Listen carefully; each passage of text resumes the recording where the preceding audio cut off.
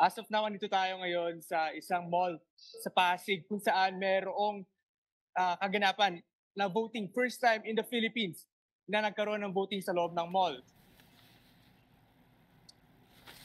Evan, yung mga nandyan sa loob ng mall, sang barangay galing yan? At ilan ang expected voters to be there?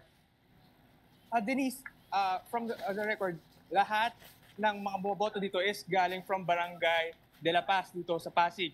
And from what we were told is around 461 voters yung mga inaasahang darating ngayon. Kaya kung titingnan nyo, kung may usog natin tong camera, kukonti lang yung mga bilang ng taong nandito compared doon sa mga original na polling centers sa mga eskwelahan.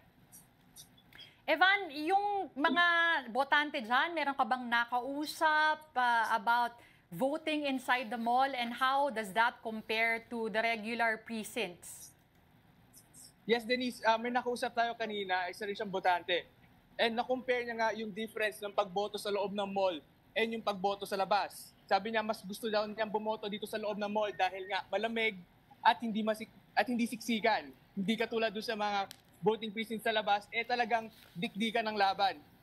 Dagdag niya mas confident daw sila na hindi magkakadayaan dito sa loob dahil kung makikita nyo, ang tataas ng voting booth na gawa sa cardboard.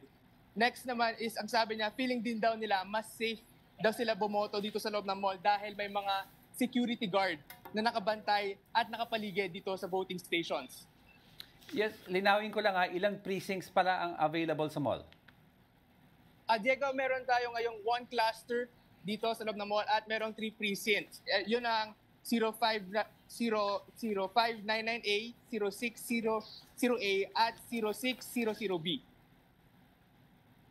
Well, okay. Thank you, Evan, reporting to us live.